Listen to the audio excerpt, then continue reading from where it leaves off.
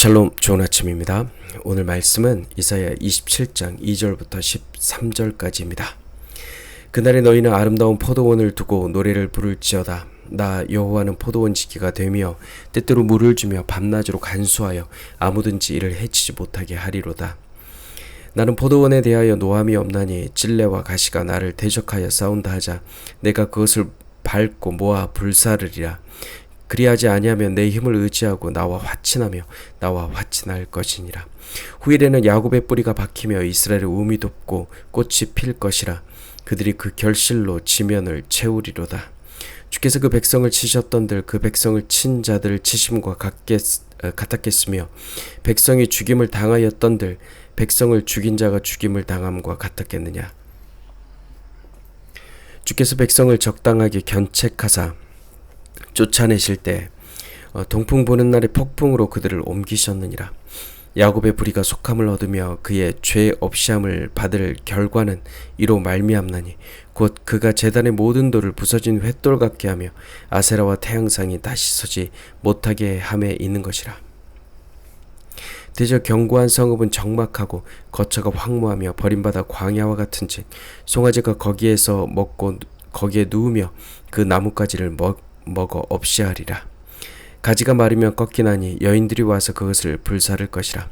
백성이 지각이 없으므로 그들을 지으신 이가 불쌍히 여기지 아니하시며 그들을 조성하신 이가 은혜를 베풀지 아니하시리라.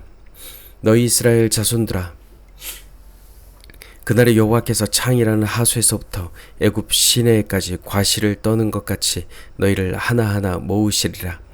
그날에 큰 나팔을 불리니 아수르 땅에서 멸망하는 자들과 애굽 땅으로 쫓겨난 자들이 돌아와서 예루살렘 성산에서 여호와께 예배하리라. 아멘. 오늘 본문은 그날이 오면 저 아름다운 포도원을 두고 너희는 이런 노래를 불러라 라고 말합니다. 여호와께서는 왜 포도원을 보고 노래하라 하시는 것일까요? 그 포도원은 얼마나 아름다운 것일까요? 이 포도원의 주인은 바로 우리 하나님이십니다. 아버지의 농장이라 불리는 이곳은 아름답고 풍성한 열매로 가득한 곳입니다. 또한 포도원지기 되신 하나님은 친히 이 포도원을 지키십니다. 때마다 물을 주시고 포도원이 손상되지 않도록 밤낮으로 파수하시며 쉼없이 자기의 포도원을 돌보십니다. 시편 기자는 하나님의 이 신실하신 돌보심을 이렇게 노래했습니다. 이스라엘을 지키시는 이는 졸지도 아니하시고 주무시지도 아니하시리로다. 여호와는 너를 지키시는 이시라. 여호와께서 너의 오른쪽에서 너의 그늘이 되시나니. 아멘. 과거 우리 포도원에는 들포도가 맺히고 찔레와 가시가 나타나 황폐해졌지만 이제 주님께서는 친히 싸우셔서 그 가시들을 불살라 버리겠다고 말씀하십니다. 6절을 보면 야곱의 뿌리가 박히고 이스라엘의 움이 돋아 꽃이 피고 그 결실이 지면에 가득하게 될 것이라 선포합니다. 여기서 야곱과 이스라엘은 하나님을 믿는 모든 백성을 뜻하며 지면을 채운다는 것은 복음으로 말미암아 담이 무너지고 하나님 나라가 온 땅에 충만하게 임할 것을 의미합니다. 사랑하는 성도 여러분, 우리는 지금 그 아버지의 농장에서 일하고 있습니다. 우리가 생계를 위해 다니는 직장도 거하는 가정도 모두 아버지의 영적 농장입니다.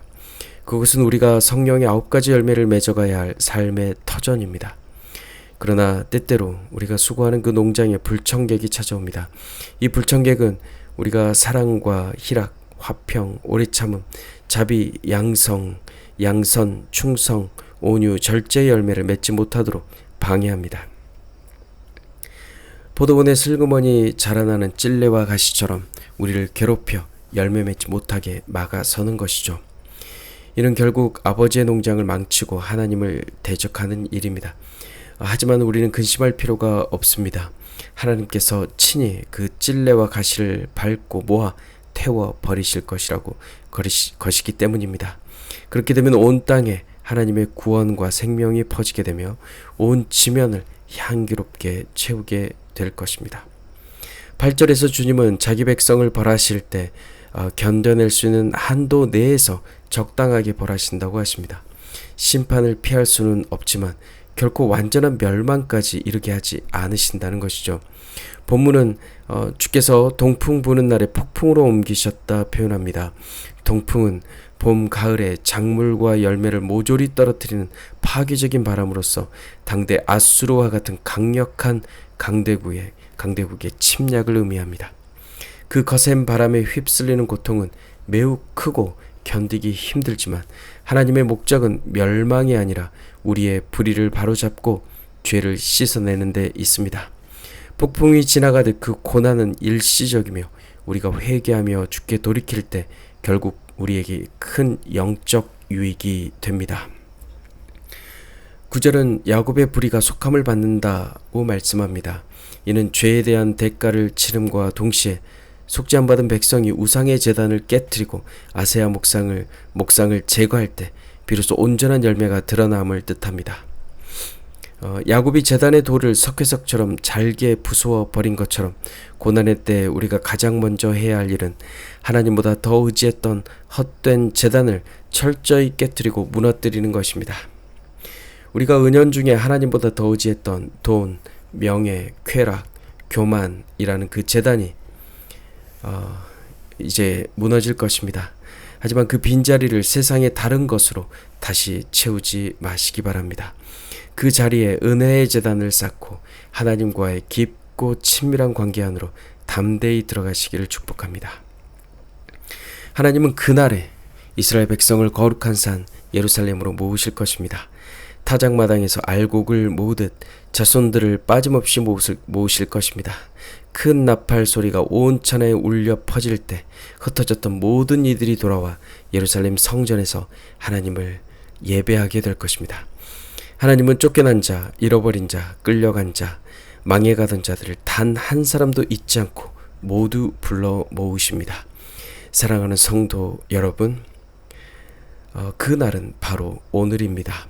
예수 그리스도께서 처음 오신 날부터 다시 오신 날 사이에 그 모든 시간이 바로 오늘입니다.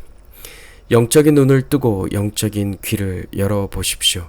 주님의 큰 나팔 소리가 지금도 들려옵니다. 오늘도 세상 곳곳에 흩어져 있던 주의 백성들이 돌아와 예루살렘 성전에서 하나님을 예배합니다.